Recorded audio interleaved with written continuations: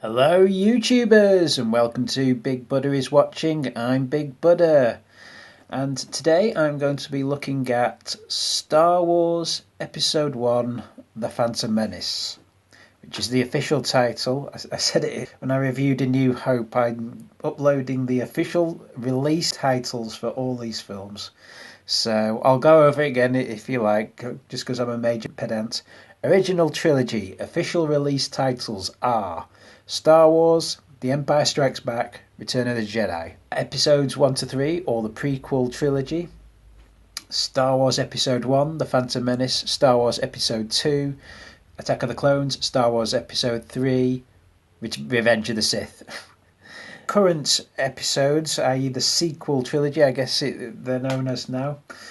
They excise the episode moniker in these, so it's just Star Wars The Force Awakens and Star Wars The Last Jedi and whatever Episode 9 will be called. So this is like the last review I did. I do these every few months. I reviewed The Last Jedi last Christmas and then I looked at A New Hope. So I'm not doing them in any sort of order. I'm just sort of dotting about all over the chronology and the release dates of these. And I thought I'd look at the Phantom Menace today. I say I'm doing them every few months, and my intention is between the release of Episode 8 and Episode 9 to look at all the... Well, at least try and look at all the saga episodes, so Episode 1 to 9, and the two non-canon films that have come out. I thought, actually, maybe that round about now I'd be reviewing Solo, but I just haven't been going to the cinema that much. Well, I mean, nobody's been going to the cinema to watch Solo.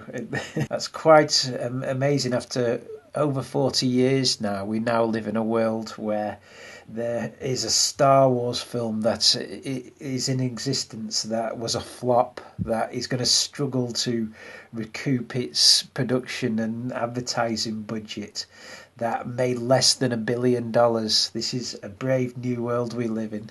Well, maybe not a brave new world, quite an insane new world. And what does this mean for the future of the franchise? Because just to get off topic just for a second, I reckon...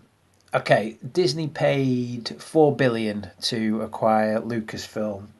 Now, my initial thought was that it's like when you produce a movie, they want to make 3 times the budget back because that's the only way. Well, that's how you get a hit. It's how you make a profit in any walk of life. You whack 66% on, and that's deemed commercially viable. So you spend 300 million making a movie, you want to make 900 million back. I mean, that's what they were probably hoping the returns on Solo were going to be, and it looks like the film's going to fall well short of that. And I thought maybe the same logic would be applied with the Disney Star Wars films as a whole. They laid down $4 billion, so they probably won't want to rest making these films every year like they say they're going to do before they've made $12 billion back. But then I guess with the $4 billion outlay, that's different from spending 300 million on a film, because when you spend 300 million on a film, that there's certain overheads people need to be paid, and that's why you've got to make a profit margin, such a large profit margin, in order to deem something commercially viable. So maybe, and I can't imagine in just acquiring a whole company for $4 billion that there's in a strange sort of way, there's not going to be as many overheads to pay on a $4 billion outlay. Funnily enough, that $4 billion is just to keep George Lucas happy. So maybe they only need to make $8 billion, or maybe they only need to make over $4 billion just to deem it a success. But certainly all the films so far have had a steady decrease in what they've made. I think Force Awakens is still heads and tails the front row winner at the moment with $2 billion at the box office. $2 billion. After that, you have Rogue One and The Last Jedi, which I believe made something like 1,300,000,000 a piece. Well, I mean, there's your 4 billion right there. So, I guess they must be in the profit margin already. But I mean, of course, you got to take the budgets of those movies into account as well. That they're reportedly costing 300 million a piece. So I don't know. We've got more new Disney Star Wars movies to come. They've got to carry on producing them and got to somehow make them a hit in order to deem their outlay, their initial 4 billion outlay, worthy in the first place. And so that's why we're going to be getting them, whether we like it or not, for the foreseeable future. And then they're talking now of doing a Kenobi movie, Ben Kenobi movie, with Ewan McGregor, a Donald Glover centric Lando Calrissian movie in which he's a pansexual apparently, and of course Episode 9, and a new trilogy beyond that from the Game of Thrones guys. I actually thought those guys would be a better fit for something like Dune actually, but I think Denis Villeneuve has quite the writer Eric Roth to work on that. It's a strange fit. Those guys are good writers, but it'll be interesting to see what they do with the child-friendly Star Wars saga after the very much adult-orientated Game of Thrones. What's interesting about the new Star Wars movies is that the consensus was that the prequel trilogy was a failure, and as anyone knows, they were a failure first and foremost because the scripts were just bad. They were badly written movies. Well, badly written and badly produced, but they were lacking in the departments that live and die on whether you make a quality product or not. I.e., they were badly written, flatly directed, badly acted. They had good actors in the films, but the cast were given piss poor direction essentially, and so that's really why the prequel saga really faltered. Just badly produced from the outlet. Also, the films were very, very CGI heavy, which can lead to flat performances from actors. I think actors respond best to stimulus. They respond best to seeing and hearing and living in real environments, and because that really brings their characters to life. And when you just stick them against green screen or blue screen, and you get them to use their imagination. I said this in a commentary I did the other day.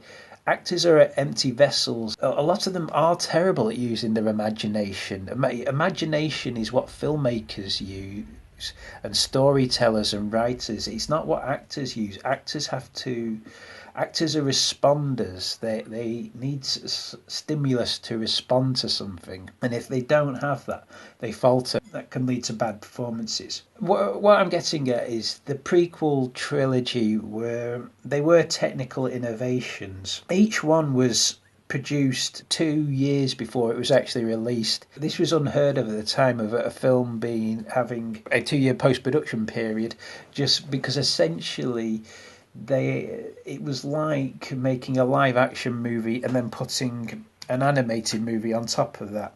And indeed, actually, it's still not that common to this day. Some do. I think Avatar had a 2-year post-production period on it. The prequel trilogy, when you look at them now, they are almost like the modern equivalent of a film like Roger Rabbit or Mary Poppins.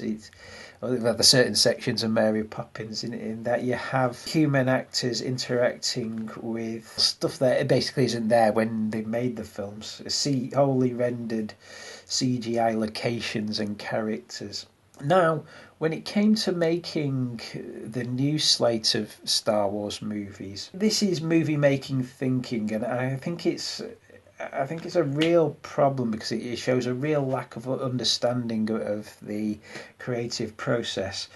But you'll notice in the recent slate of Star Wars movies, it's been mainly real props, practical sets, CGI only where it's necessary. So you need CGI obviously to create certain battle scenes in space, but it's not wholly necessary. They have gone back to using model shots. Not all characters need to be CGI, so there's a minimal use of CGI characters. There's one or two just because they can. So there's some puppetry come back as well.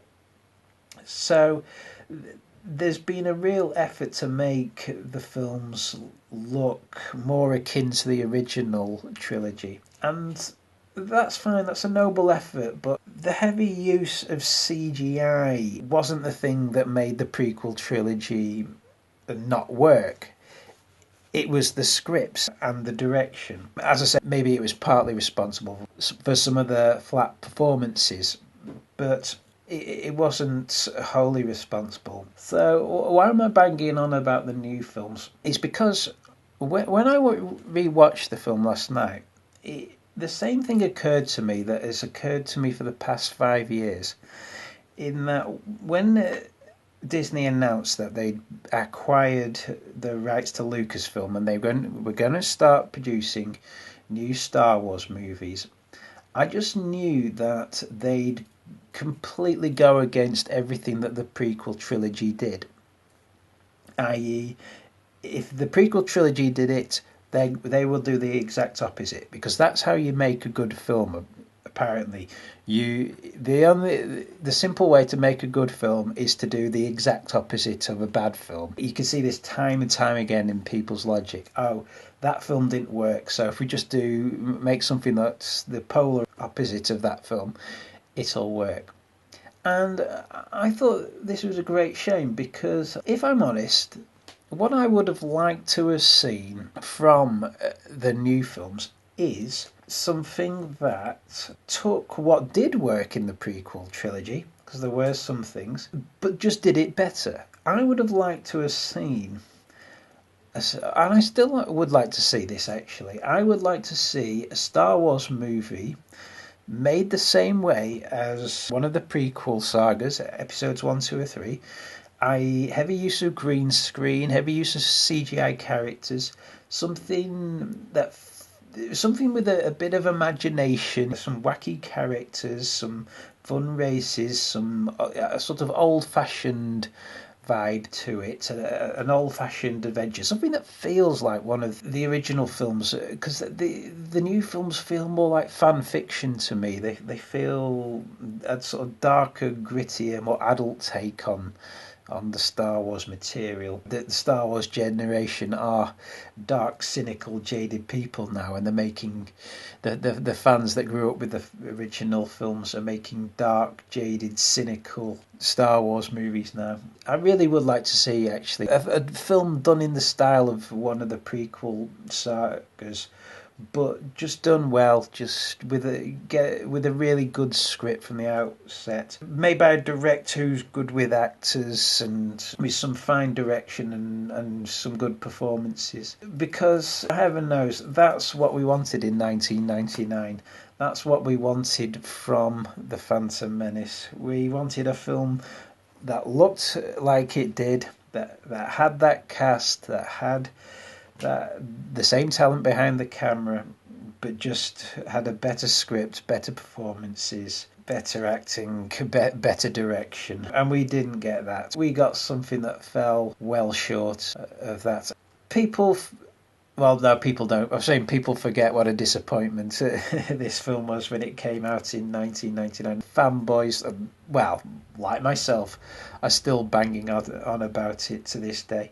But it was a disappointment. I can remember quite clearly in the run-up to The Phantom Menace's release, I remember the BBC producing a documentary on George Lucas and the Star Wars saga as a whole.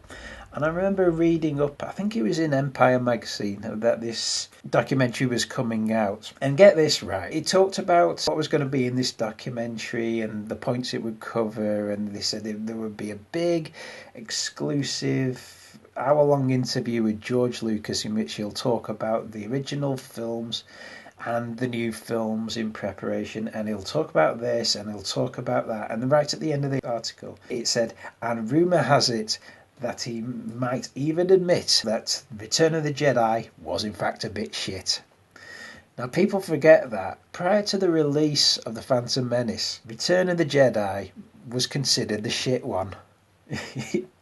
that is quite amazing. I have this theory that in a franchise, even a trilogy, even only a 3-film strong franchise, you do have to have the shit one. You do have to have one that everyone goes, oh, that's the rubbish one. It isn't usually like a rubbish film. Well, sometimes it is, but it's all comparative. And of course, of the original films, yes, Return of the Jedi is probably the weakest of the original trilogy. Some would argue with that, but yeah, people forget that in the 90s that was the common consensus. Return of the Jedi was the shit Star Wars film.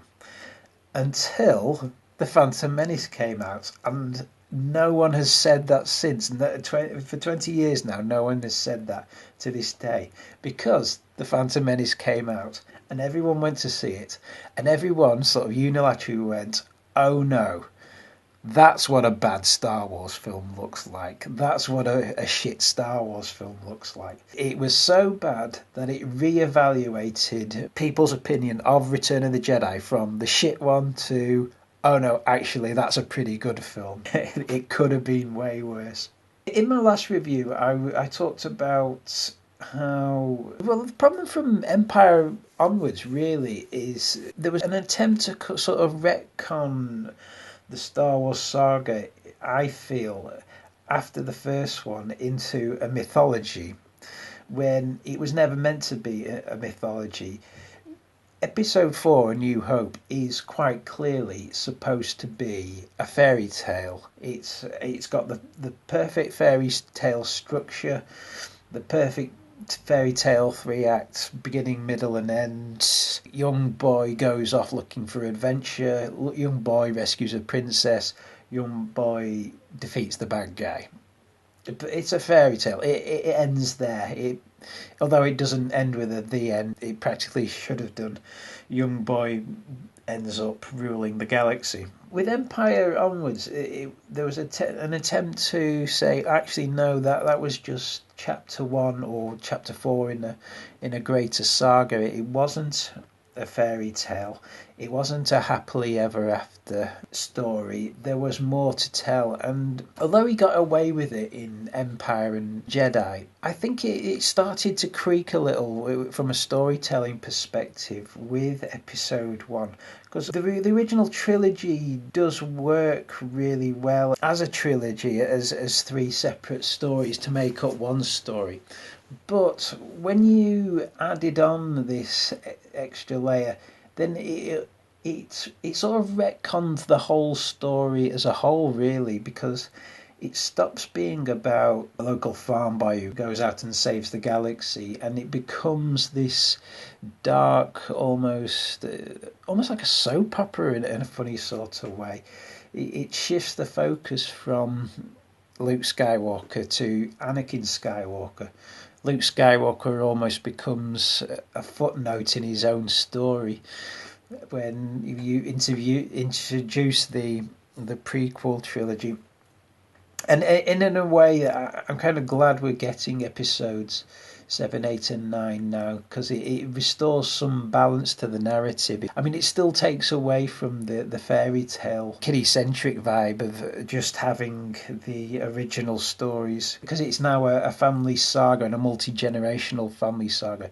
It kind of almost feels like something like I, Claudius in space now, or The Godfather in space. It's becoming more and more of an adult-orientated work as it gets older, Star Wars. But maybe that's right. I think in a funny sort of way, The Phantom Menace was really the last gasp for the Star Wars franchise as being a kiddie-centric franchise. It's certainly from Clones onwards. You can see it setting in there where it became more and more for the adults and more for the fanboys, more and more for the people who'd grown up watching Star Wars, essentially, and less for the kids at the time. But of all the prequel saga stories, I mean, Phantom Menace, at least tonally, it feels the most akin to the original trilogy. Although it has many failings, if I had a positive to say about it, I'd say it does recapture that childish fairy tale vibe. I think it's probably the most akin to A New Hope in vibe. And maybe when you talk about story beats, probably the most akin to Return of the Jedi, which I'd say are the biggest influences on the Phantom Menace. That those are definitely the two in the saga that I felt that Lucas was trying to recapture the magic of. I'm going to get into. Well, I'm not going to get into. I was going to say I was going to get into what Red Letter Media essentially says about the Phantom Menace, because Mr. Plinkett's reviews of the Star Wars films really highlight what's wrong with the episodes 1 to 3 better than I ever could. Red Letter Media did this brilliant review of the Phantom Menace. I think it was the Phantom Menace in which Mike, he interviews his friends and he does this thing where he says, okay, without talking about essentially the character's role, their job, I'm going to give you names of characters from Star Wars, and I want you to describe them, what the personality is like. So he says Han Solo. He says, oh, he's cocky, he's cocksure. C-3PO, oh, he's prissy, he's like a fussy English butler. Okay, Qui-Gon Jinn, Queen Amidala. So that's one problem with the prequel films, is the characters have no character. It is frustrating, the Phantom Menace, because I've always thought I can see a great film in here, and it could have been a great film with just a few key differences. A different director. Lucas handed over the directing reins to many of his previous efforts, so he could have easily done that with this one and just taken on the executive producer / storyteller mantle with this one. Bringing back Lawrence Kasdan on scripting duties, I think, would have really helped iron out a lot of the problems. The big problem I have with it is structurally, it's just awful. You have these lots of really quick, badly shot scenes for exposition, which are just they are the epitome of crowbarred in scenes, if you ask me, because they're just there just to get to the next action set piece. They're really badly done, and the film's really badly shot as well. This is something else that Red Letter Media highlights. Lucas has basically two things that he only ever happens in exposition scenes. He walk and talks. He has two characters walking and talking, or he has characters sitting around a table talking, delivering exposition dialogue. An exposition scene in a film done well is something like in Raiders of the Lost Ark, in which Indy tells the two guys from the government all about the Ark of the Covenant, and he does that by writing on a blackboard and then getting out the Bible and showing pictures, and that's how you do an exposition scene. If Lucas had shot Raiders of the Lost Ark, he would have just had Indy probably sitting at the table just talking about the Ark, no props or anything. So the film is really flatly shot. Yeah, I'm gonna wrap this one up now, folks, because there's really not a lot I can say about the Phantom Menace that hasn't really been done to death. So I just thought I'd give a few thoughts on the Phantom Menace. It's been mainly on the new films, actually, but I will get to the new films at a later date. Can you believe it as well? I've talked for over half an hour now, and I haven't even mentioned Jar Jar Binks once. That must be some record for a Phantom Menace review. I just have one question, though, and please feel free to answer this in the comments section. Can anyone tell me what actually is the Phantom Menace like in the film?